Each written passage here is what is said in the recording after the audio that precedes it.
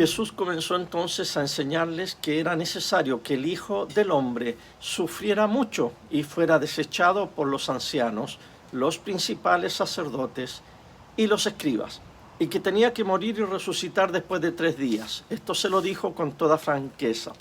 Jesús enseña 4 cosas. El Cristo debe sufrir mucho, debe ser desechado por los poderes religiosos, debe morir y debe resucitar. Sufrimiento, rechazo, muerte y resurrección. 4 grandes temas del cristianismo.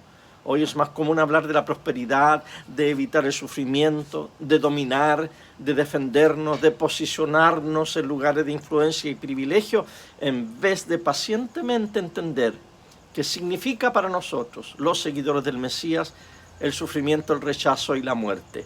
Cristo sufrió mucho. No solo experimentó el sufrimiento físico de la tortura y de la crucifixión, sino también el sufrimiento emocional de verse traicionado, abandonado y negado por sus discípulos. Cristo fue rechazado por los ancianos, que eran los gobernantes del sistema religioso, los guardianes de la tradición. Fue rechazado por los principales sacerdotes, los que estaban en la cúspide de la estructura del templo. Muchos de ellos eran saduceos, focalizados en el buen funcionamiento de la organización, que unía al pueblo y mantenía un flujo de dinero por causa de ofrendas y cambio de dinero. Y el último grupo que menciona Jesús son los escribas, que, como bien dice la palabra, escribían o transcribían las Sagradas Escrituras. De tanto hacerlo se transformaron en expertos en la escritura y especialmente la ley mosaica.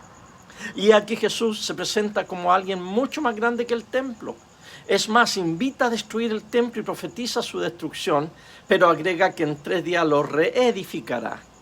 Hablaba de sí mismo. Jesucristo es hoy el templo de Dios, en donde habita toda la plenitud de la deidad.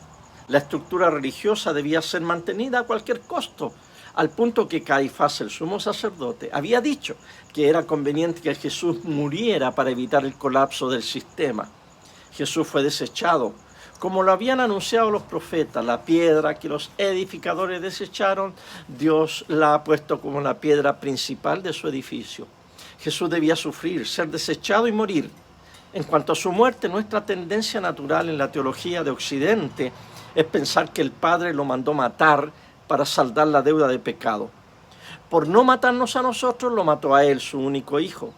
Pero si hacemos una lectura bien objetiva de su muerte y escuchando lo que aquí dice el mismo Jesús, su muerte es producto de la injusticia, la rivalidad, la perversidad, tanto de los políticos romanos como de los religiosos judíos.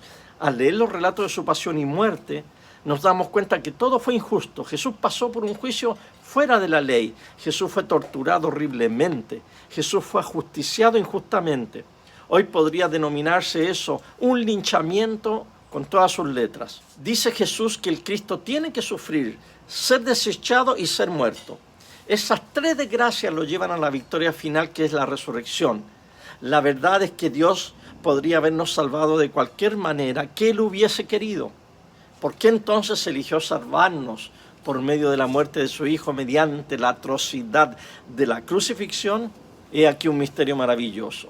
Jesús nos dice que era necesario que así sucediese. Jesús se dejó matar.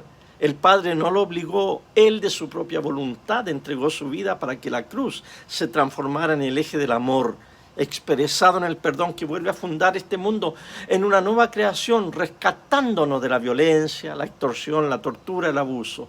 En la cruz recicla todo el mal, el odio, la violencia y la venganza en puro amor. En la cruz Jesús absorbe en sí mismo todo el pecado del mundo para resucitar victorioso sobre el pecado y sobre la muerte. Por lo tanto, para nosotros sus seguidores, el sufrimiento, el ser desechado e incluso la muerte misma tienen un profundo significado y razón de ser. Te invito a disfrutar del mundo de la resurrección, contemplando el sufrimiento, el rechazo y la muerte desde el otro lado de la historia. Soy Fernando Soto, les invito a orar conmigo. Otórganos, te suplicamos, oh Señor, el espíritu de pensar y hacer siempre lo justo, para que nosotros que sin ti no podemos existir, seamos capaces con tu ayuda de vivir según tu voluntad. Por Jesucristo nuestro Señor, que vive y reina contigo y el Espíritu Santo, un solo Dios, por los siglos de los siglos. Amén.